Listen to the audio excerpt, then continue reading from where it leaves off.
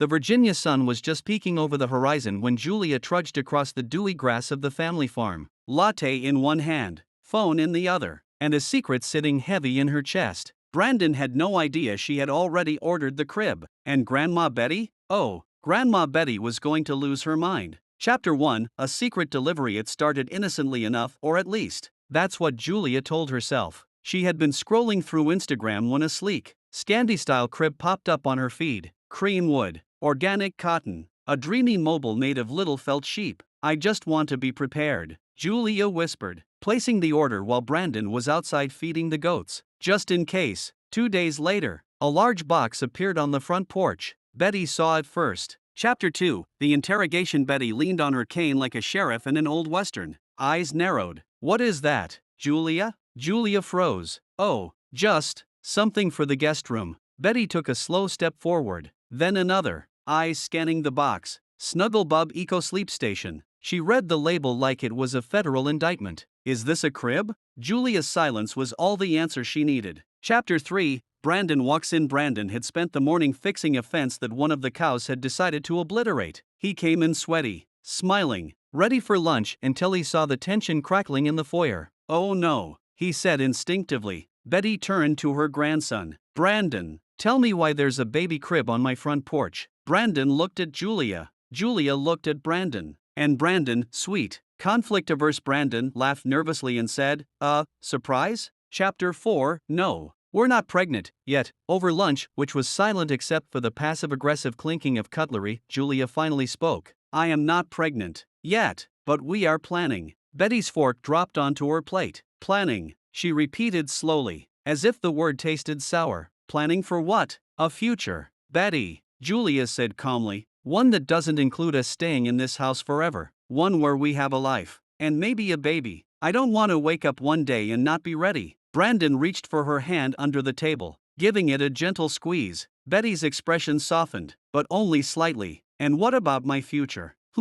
Chapter 5, The Real Issue. It wasn't about the crib. Julia knew it. Brandon knew it. Betty, especially, knew it. The real issue was what the crib represented: change. For years, Betty had watched over the farm, the family, and especially Brandon, with an iron will and an eye for control. She had fought to keep him close physically and emotionally, even when it meant conflict with Julia. Now, with one online order, Julia had drawn a line in the sand. They weren't just playing house anymore. They were preparing for a family, a real one. Chapter 6, The Baby Room, or Not. Later that evening, Brandon helped Julia carry the crib upstairs. They laid out the parts in the guest room, a room that had once been Brandon's childhood playroom, then a storage space, and most recently, a makeshift TikTok studio for Julia's dance videos. It's cute, right? Julia asked, brushing her hand over the smooth wooden frame. It is, Brandon said. But, are we ready? Julia looked at him seriously. Are we ever really ready? He sighed, sitting cross-legged on the floor. It's not that I don't want this. I do. I want everything with you. I worry about how we're going to do it here. With my parents. With Betty. Julia sat beside him. Then maybe we don't stay here. Maybe the crib is the start of us leaving. Brandon blinked. The crib wasn't just a crib. It was a declaration of independence. Chapter 7, Betty Strikes Back. The next morning, Julia came downstairs to find Betty reorganizing the pantry aggressively. You know, Betty said without turning around. Babies change everything. Julia folded her arms. That's the idea. Betty finally turned to face her. And once a baby comes, you'll expect help. You'll need space. You'll want your own rules. Julia nodded. We will, and we deserve that. Betty's eyes narrowed. Then what happens to this farm? What happens to Brandon's place here? Julia didn't answer. She didn't need to, because the answer was nothing. The farm wasn't their future. Chapter 8, The Surprise Ultrasound. A week later, Julia missed her period. Brandon joked about it at first, but his hands trembled as he passed her the test. They stared at it in silence. Negative. Julia exhaled. Brandon didn't know if he was relieved or disappointed, but Julia said, let's still go to the clinic, just to check. I want to know everything's okay. At the clinic, the nurse offered to do an ultrasound just in case. 10 minutes later, they were staring at a faint flicker on the screen. The nurse smiled. Looks like you're earlier along than the test can catch. Julia grabbed Brandon's hand. This wasn't just preparation anymore. It was real. Chapter 9. Telling Grandma Betty they didn't even make it to dinner. Betty spotted the sonogram photo peeking from Julia's purse like it had a homing beacon. "What is this?" she demanded. Julia froze. Brandon stepped forward. "It's our baby." Silence. Deafening silence. Then, unexpectedly, Betty sat down. She didn't cry. She didn't yell. She just looked at the tiny photo, her hands shaking slightly. "I always wanted to be a great-grandmother," she whispered. "I just didn't think it would come with so much change." Chapter 10. Shifting Earth. The next few days were a blur of appointments,